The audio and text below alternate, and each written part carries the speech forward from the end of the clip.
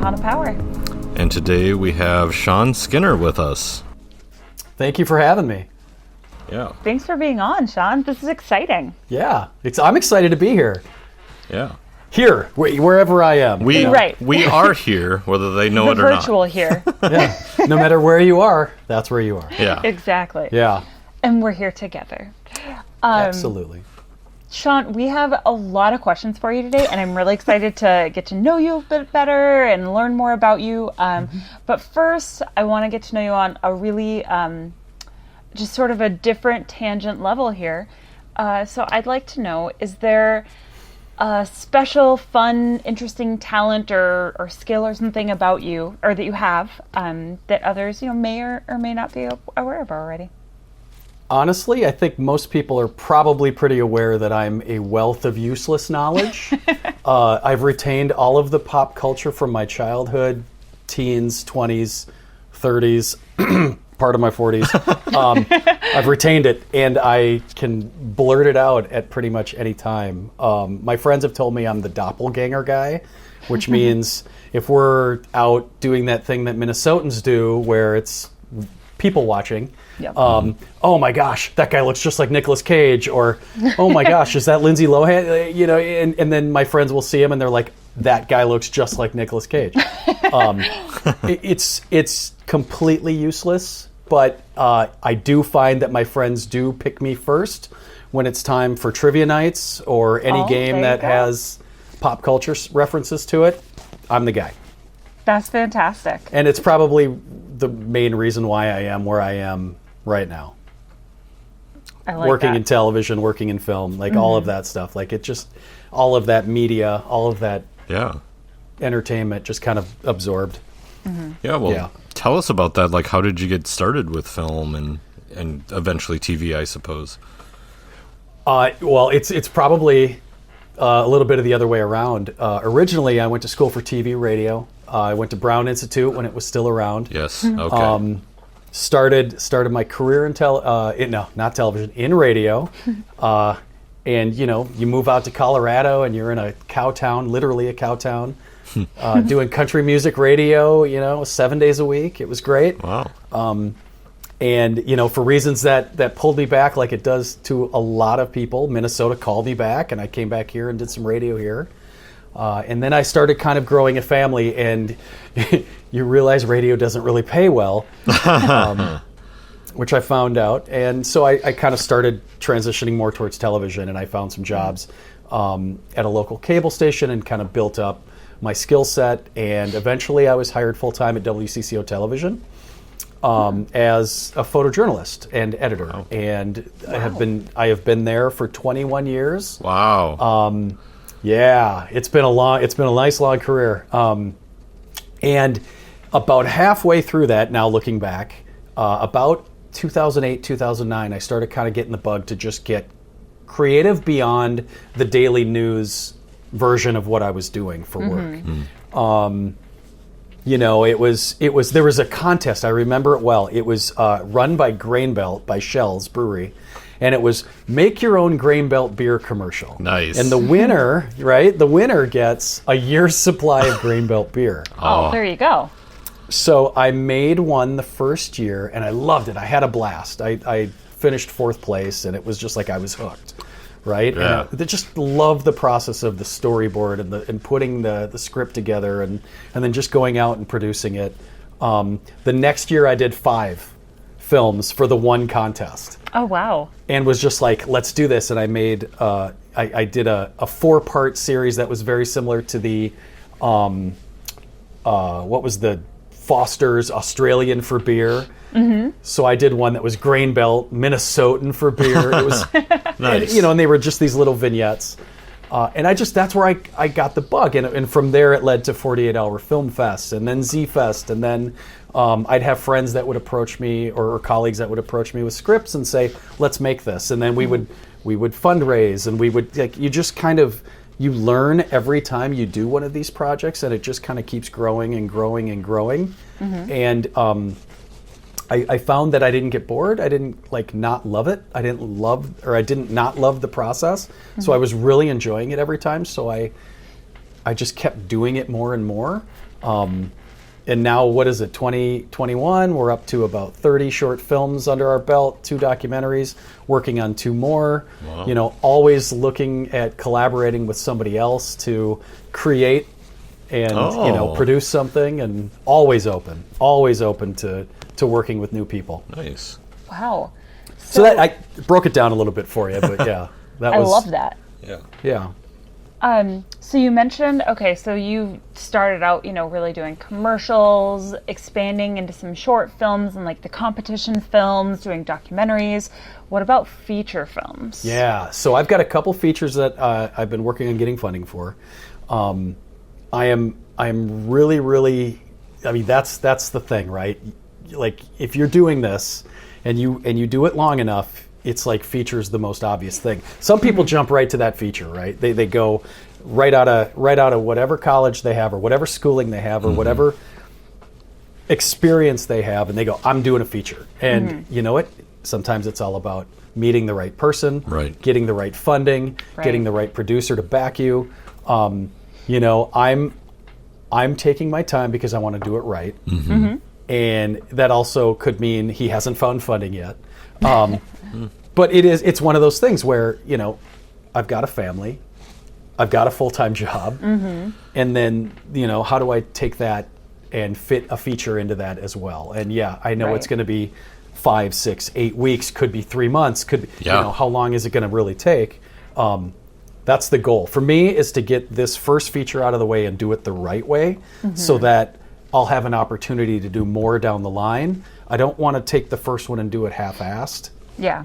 And not have it, whether it's successful or not is subjective. But to me, there's a level of success, and if it's you do it the right way and you take care of the people that all helped you put it together, then I'd find that as a success. Absolutely. So yeah, it's on the table for sure. How did this become the feature film that you decided you wanted to make? Like, is there something about it that really grabbed you, and where you said, yeah, I know that it's all this extra commitment and I've already got so much going on in my life, but this is the one that I want to try and make first? It's a couple reasons. One, it's written by a really good friend of mine who I've worked with many, many times, Joe Berglove, who has starred as, if you've seen a couple of my short films, there's 2 pro wrestling movies I did called Torval the Terrible and Torval 2. And Joe was a part of both of those. Cool. He played old Torval in both of them. But he's been a writing partner for many, many years. I've worked on almost every short film he's had his hands in there somehow.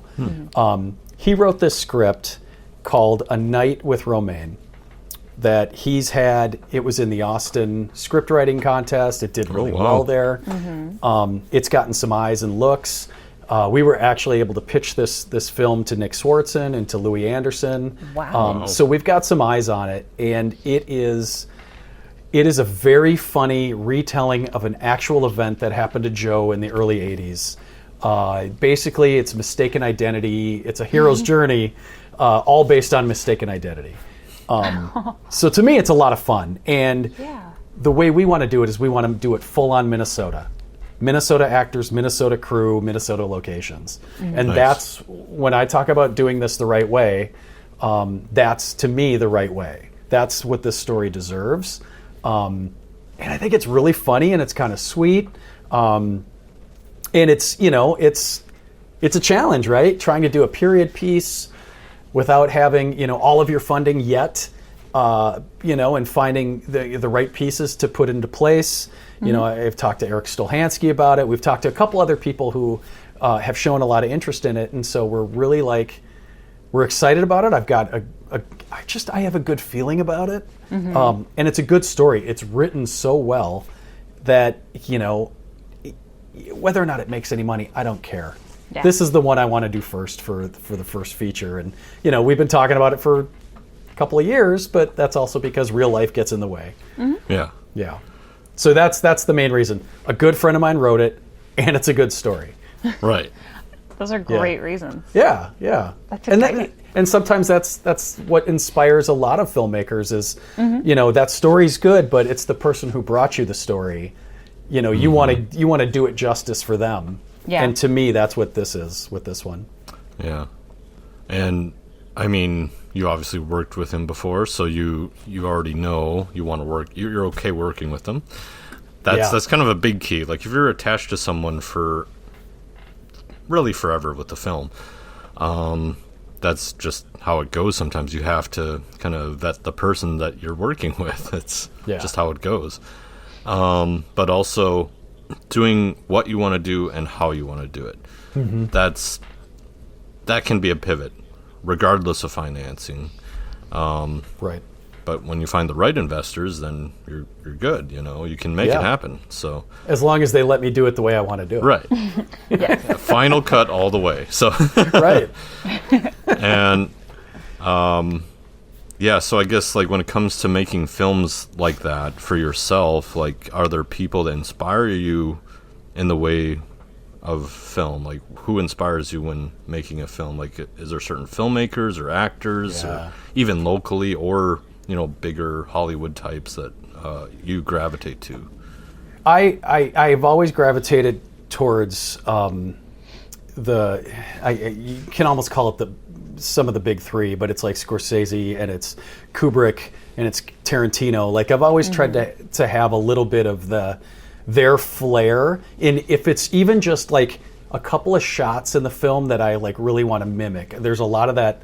I did a short film a few years ago that was a 48, and I wanted to shoot the whole thing in a one-point perspective. I just wanted to Kubrick the whole thing. The story didn't match that, but the shot selection looked really nice. Like it looked just clean the way it was always framed in that one-point perspective. That was my inspiration for that. Mm-hmm. And when you have 48 hours, you only have so much time. Less editing, just...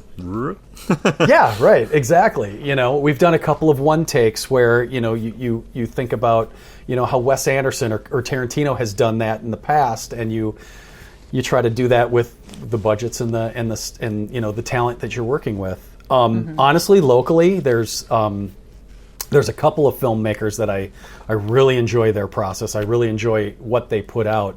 James Snapko for me is one that I always feel like he's excelling and exceeding expectations every time you see a new piece of his. And then Ryan Becken. I'm a fan of Ryan Becken's. We're friends, but I'm also a fan. And I always feel like, he puts Brian McDonald in many of his pieces, and Brian just lights up the screen. And it's just brilliant to watch those guys work together. And so, I always feel like, no matter what, art is stealing something that's inspired you at some point. No matter, no one's reinventing the wheel here, right? Mm-hmm. I mean, you're gonna take your inspirations, and that's what you're gonna put out there. So, again, and I think a lot of it is subliminal too, to a lot of that pop culture I've absorbed over the years. And you just kind of find what works best for the shoot you're on, but you model your style into those shots. Mm-hmm. Yeah. So you've mentioned like really wanting to, in doing your films the right way, that being part of or having everything really in Minnesota and locally, local cast, local crew, everything, local locations, is so important to you. What do you really love most about filming here in Minnesota? The community's the community is amazing. It feels so collaborative, right? If you were to ever call like a filmmaker you've never met, but out of the blue, a local Minnesota filmmaker out of the blue, and just ask some questions too. They're always so engaging and generous with their time. We have many different landscapes here in this state. So filming here, you can do post-apocalyptic, you can do sci-fi Hoth-style planet at certain points of the year. You can do almost, prairie/desert style. There's just so many elements of the physical landscape of Minnesota, plus all of the waterways and all of the shoreline. There's just so many opportunities here to do pretty much whatever it is that you're trying to, the story you're trying to tell. Yeah. But the people are, there's not a sense of pretentiousness with Minnesota filmmakers that I've come in contact with. There's other parts of the country you can have you have various levels of self-importance, but I feel like here you get a lot of the humble and somewhat self-deprecating, and also just honest and friendly. I hate I didn't want to say Minnesota nice, but it's, I feel like it's there because everybody has like this common goal is to like just tell their story, and sometimes it takes the help. And you never want to burn a bridge, and you never want to badmouth anybody, or not be generous with your time if you have it. Sometimes Alan, if I want to come talk to you and you're busy, I get it. I'm not gonna hold that against you. So it's just those things where I feel like it's just a very generous community of filmmakers, and there's a lot of people here who want to like learn. Yeah. They know that they don't know it all, and they want to continue to like learn and grow. And I feel like we're all like kind of helping each other with that. Right. Yeah. Have you also made films outside of Minnesota at all? Just home videos with my family. Oh yeah. I haven't traveled to create anything as of yet.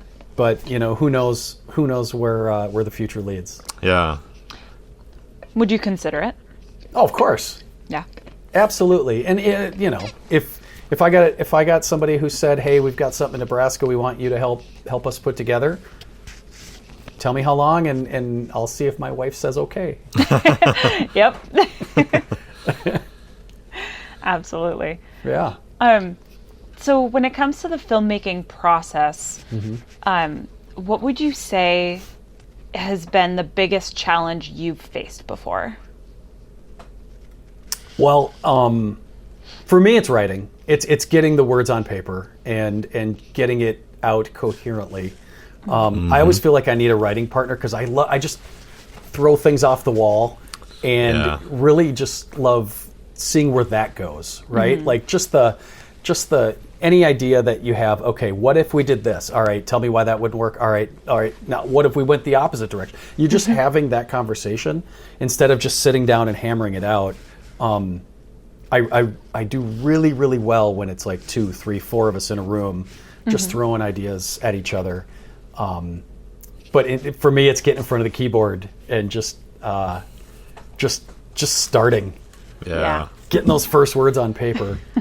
I will tell you though, like the easiest thing I found is scouting, especially for films where it's a contest film, so you have no budget really, or you don't have a large budget, and you need to just go ask for permission to use a space, and they know that they're not going to get any money out of it. And the thing I've found over the years is just asking and letting people know like you're going to respect their space and you're going to act like an adult, and I think that puts people at ease quite a bit. Yeah. I think it's important. Like respect is really important with all of this. It's not about getting your project done. So just it's not that selfish mindset of we have this goal, we have to get this done, you have to let us do it. It really is. Hey, you have this beautiful space. I'll give you an example. The short I was telling you about earlier, the 48-hour film that we did in the one-point perspective the whole way through, we ended up filming most of that in the MTC bus shelter hub, I guess you call it. It was called Hubbard Marketplace. It was in downtown Robbinsdale. I had to go through MTC to get access to that building, and I basically just called the right people up the chain and asked for permission, and they said, yep, you can totally do that. When we wouldn't have been able to just walk in there and start filming. They probably would have called the MTC, the Metro Police, and had us, removed. But they gave us the keys. They gave us, it was just asking permission, and then making sure that we were very respectful of the space. The city loved it because then they could promote, hey, there's a short film filming here. Everybody loved that kind of thing. There was a little bit of a buzz about it. And it's just having those conversations and asking for permission. can go a long way, especially if you can put them at ease. Yeah. Yeah. A little halftime question for you here. Today's show is brought to you by Celsius. Live fit. Oh, for those, we don't have video, but I think he's drinking a Celsius. Okay. No, I'm drinking a Celsius. Do you like sports, Sean? Yeah. Oh, I love sports. What are your favorite sports and sports teams? I'm it's evolved over time, but definitely a Minnesota Wild guy. I'm a Vikings guy for the longest time. And I'll say this, and I've told my friends this, since 1991, I've been a New England Patriots fan. And that goes way back. I know. And everybody's like, really? Oh, you're a bandwagon guy. Yeah. But I would always do this. I'd always have an NFC team and an AFC team. Yep. An American League and a National League. My National League team was the Cubs. Always been a Cubs fan. And I think that goes back to, as a kid, absorbing that pop culture stuff. We were one of the first houses on the block to have cable. And that was very early on. I'm dating myself a little bit, but we could get WGN, and so I could see Cubs games as a kid, and I'd watch Cubs for a long time, and so I'd been to Wrigley tons of times. I love it there, but I love the Twins. I've always been a Twins fan. So Twins, Vikings, Wild. Like, honestly, I've kind of whittled down the Patriots. I'm like, no more. Like, the National League is kind of like, let's put all. If I'm going to get this invested emotionally into sports teams, let's just keep it local. Let's just let me get stabbed every year in the back by the Vikings. Let me get mad by the All-Star break with the Twins. Yeah. Let the Wild get through the first round and then blow it in the second round. Like, I get it. Like, it's part of being a Minnesota sports fan, right? Yeah. Yeah. Every 10 years, the Vikings make it to the conference championship, but then... Yeah. And then someone throws a pick across their body, and, and then they, there's a bounty on their head. And, it's a whole mess. It's a whole mess. Or the field goal kicker, just things. Oh, yeah. You went all the way to 98. Yeah, thanks, Alan. Yeah. I appreciate that. that. Way to go. Good Lord. Yeah. Way to bring the whole thing. Right. Well, now we're all depressed, so that's the end of the episode. Yeah. Thanks for coming, everybody. The real kicker there to that conversation. Nice. Well played. What do you like? I guess what do you look forward to the most? You mentioned location scouting, but I did recognize one of your locations in your most recent Zifa short because it was in my feature film for Electric Addiction. It was the diner. You really? Yeah. Okay, so you shot at Z's Diner in was it Egan or Woodbury? I think it's Egan, right? I used Egan, yeah. Mm-hmm. Yeah, so that's where we were. We were at the one in Egan. They were very gracious and like they basically gave us the keys. Yeah. And said, "Here you go." That's what I got too. When you're it was done. just like, what? Where are you going? What a great space! Did that surprise you when you saw that in our? Okay. I was pleasantly surprised. I was like, I wonder if he saw Electric Addiction then. I haven't seen it. No, I have not seen it yet. Oh, you haven't? I see. I have not. So I need a link to see that, please. Okay. It's on Amazon, though, isn't Amazon, it? yep. Well, very nice. All right. Get that plug out there yes. for you. I hadn't, listen, 2020 was a beast. And as we talked about at the beginning of the podcast, my current job has me in television news. Oh, yes. And the greatest news cycle I have ever seen in my 20 years happened in 2020.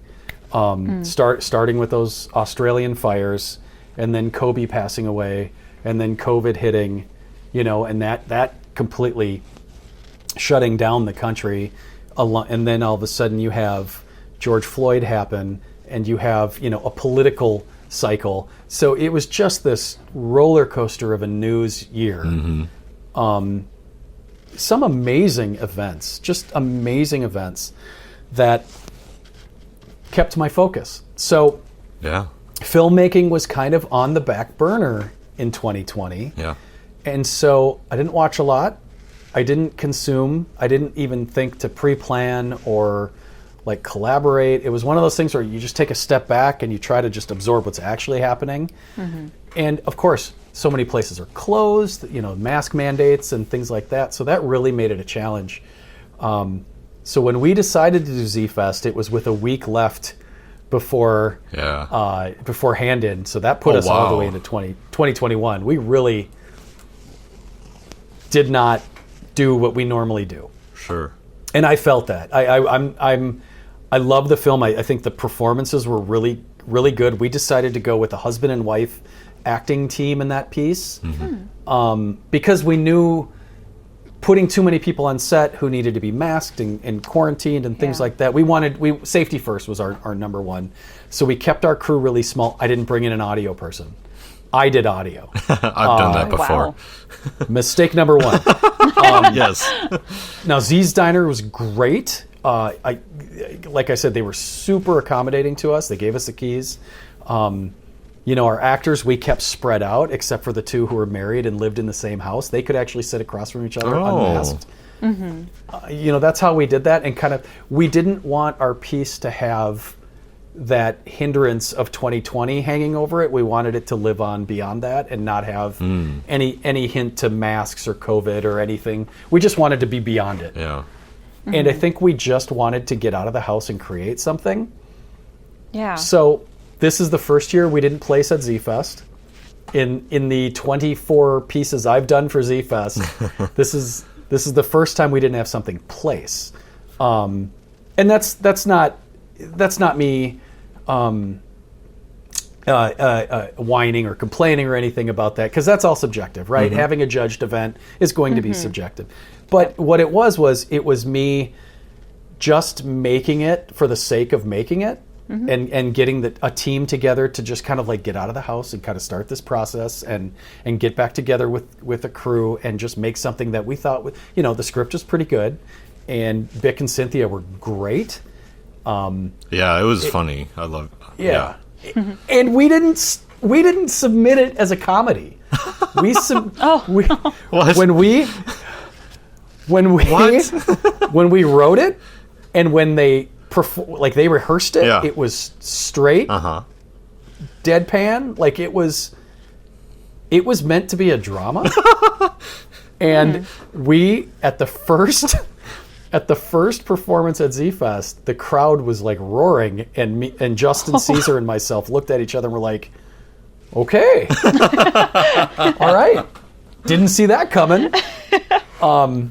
And they laughed in the right spots. Yeah. Like we were like, that was funny. That was, this is like a real husband and wife. And that's what I was really trying to do when we wrote this, was take this real life husband and wife that a lot of the film community knows that are like a little bit of a team, and they've acted together and they've written some stuff together, they produce stuff together, and they're known. They're always out together at film events together. And I wanted to write a piece that sounded really real. Like really real. Like they were in the house for 2020 together the whole time. And they are at each other's, just right at each other's neck.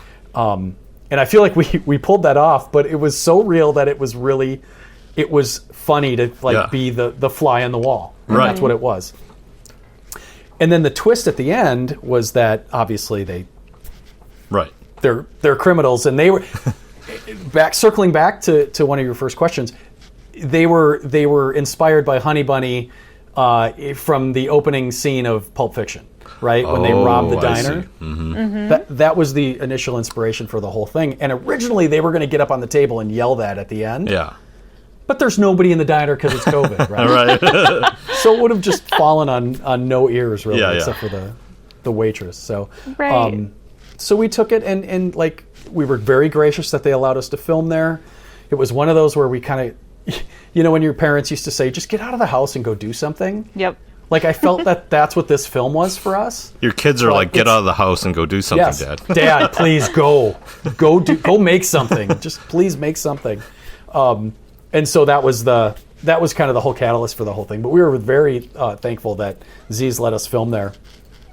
Yeah. And it was just good to get out of the house and try it again. I think it was the way it was edited, because it was like every time they said something, then it was like, oh, this is happening in their mind. So that's what they're, Yep. they're saying to each other. So well, and you feel like you felt like the cutaways, the little flash sideways or whatever, they were talking to each other, right? Yeah. Like it was inner monologue, right. And really it was them just robbing the place. So like nice twist, right? Yeah. Spoiler alert. Sorry. Spoiler alert. For the thousands of you who have never seen it. Sorry, yeah. Spoiler alert, but yeah. Let's go. Yeah, they'll have to check. Still it out. see it. Yes. When If it's anything, available. that should make you want to see it more. Yeah. So. Right. Yeah. Yeah. Look for the twists. Right. So it sounds like you've really had your foot in like multiple different parts of making a film, whether it's, writing and directing, audio you mentioned. Is there a specific role in the filmmaking process that maybe you haven't actually taken on before that you would maybe be intrigued to at some point? Or do you really just love what you've found for yourself? I love the idea of just knowing how to do a little bit of everything. I feel like, and I think some of the people I've worked with will probably admit that I probably excel more at the EP part of this, like putting the team together, having big picture stuff, getting the location, getting the actors, getting the crew, just putting a really solid group of people together. But what I really like is to just get in and be hands-on and make sure that shots look right, that the vision is there, that our DP has all the tools he needs, our audio person is getting everything they need, so it's really hands-on. As far as doing something, I've never acted. I don't act, right? I think I wish I could. Have you tried? Would you want to try? Oh, sure, I'd try. I mean, why not? I mean, at this point, we've lived through 2020. Let's try something new, right? Exactly. Feel alive. Just get on stage. Yeah. Yeah. I'm not doing Hamlet, but it's I'm open to anything, right? Nothing really scares me, but as far as not having done something, here's what I haven't done. I haven't funded a feature yet, so. But we'll get there. Yeah. I don't think there's anything that I feel like I've done a lot of everything but acting. And I don't know how directors do it when they direct themselves, but more power to them. Yeah. Yeah, I can't imagine that process. Yeah. No kidding. So what's next for you then? You're working gradually on making this feature that you want to do, as in the right way. In the meantime, are there other projects or things that are coming up that you're looking forward to? Yeah, always looking forward to whatever, right? I'm always looking to collaborate, always looking to, find that next fun piece. It's always got to be a fun project, right? I never would want to work on something that's just like daunting and, it feels like work. You never want it to feel like work, right? No. I have 2 documentaries that we are in the post process of. When I say we, one of them is pretty much me by myself, and the other one is a partner of mine that we've been working on this one for a few years. Wow. One's on an old movie theater that was torn down years ago that people were really passionate about when it happened, and ever since then, like it was torn down, they put up a Hy-Vee, right? Oh. That theater will never be replaced. I've got lots of footage and lots of interviews, and I've got to find the right story to craft with it. I started the edit, and I wasn't like thrilled with the way it was going, so you put it on the shelf for a little bit and you let it kind of like marinate, and then I pick up another project, and that one is it's called Blood Brothers. It's about the I don't know if you've ever heard of this musician, Minnesota guy, Bob Dylan. He recorded an album in 1971. This one right here, Blood on the Tracks, which we don't have video, but you guys can see it. Yeah. He recorded that, started the recording of that in 1971 in New York, and he wasn't liking how it sounded, and so he called his brother, who was his manager, who lived here in Minneapolis. He said, "Put a studio together, get me some guys. Don't tell him who it's for. Tell him we've got to record some things and set it up for these 2 days and on a December night, way back then." Wow. He gets these guys together. all these guys are sitting in a studio just waiting. They got their music, their instruments that they're tuning up, and in walks Dylan, and they're all like, "What just happened?" And then they start re-recording some of the songs from Blood on the Tracks, and they do Tangled Up in Blue in one take. They do like 4 or 5 of the songs, and they just keep going. It rolls into the second day. Well, those are the songs that made it on the album. Oh, wow. If you've ever heard, those are the songs. And so the problem is, back then, it took a lot to print album covers and dust jackets and all of that stuff. And those things were already created and printed in New York with those New York musicians' names on it. So the musicians who actually did the work and didn't get the credit. Oh. So we start the process of finding these musicians and talking to them about that. One, talking to them about the actual recording session with Dylan and what it was like, what the vibe in that room was like, what that process was like. Yeah. And then 2, talking to them about what it was like not to get credit for 40 years. Wow. Which ironically, in 2018, they were giving credit on a re-release of the album. Oh. And the cool thing is, my 2 worlds collided at that point, my television world and my film world, because in the television side, the guy I was working on it with was a coworker in the TV station. And he and I were like, these guys are going to get credit. We need to pitch this story to our managers. We pitched this story first to a reporter who we trusted, who's an amazing writer, Jennifer Merrily. And we asked her, we're like, hey, would you want to do this story with us? We can get these guys to talk to us about finally getting credit, which we didn't have an ending to the documentary at the point. We just had these guys with an open-ended no credit. Wow. All of a sudden they have credit. Here's our ending, right? Wow. No kidding. So we interview them for television. We submit that piece for an Emmy, and it wins an Emmy Award. Whoa. Right? So now we have an Emmy with our name on it and Bob Dylan's name on it. It's like, how awesome is that? But we're telling this story, like we're kind of taking it from the beginning to the end, and now we're piecing together the finality of that documentary, walking us through the process of what happened and how that, how these guys finally got credit and what that session was like with Dylan when he was young. And these guys were all like, basically they were in their early 20s. They were just kids playing instruments in a studio. And, we interviewed every one of those guys who was in the room. Unfortunately, a couple of them have since passed away. Aww. And so we're still working on telling their story. And like, we're the only ones who have these interviews, this footage. So we're really proud and honored to have this and be putting this together. And hopefully, someday Dylan sees it and appreciates it and, maybe gives us the thumbs up on using a song, because music rights are insane. No kidding. Even though he sold it to Warner Brothers, that's a whole other story. But we Yeah. we know some people that know some people. So those are the 2 projects I'm currently working on, and I've got people throwing. I won't say throwing. I've got people presenting me with opportunities, with scripts that they've got or ideas that they come up with. And I'm always open, always listening, always thinking like, how do we make that fun? How do we move forward with the big one? We're kind of piecing together scenes. We're thinking of breaking that into like, the scene structure breakdown that we've got on the feature that we've written, A Night with Tormain.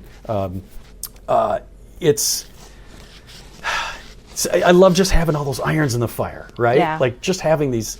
All right, I can go left, I can go right, I can go straight, I can stop, assess, figure out what's best to do next.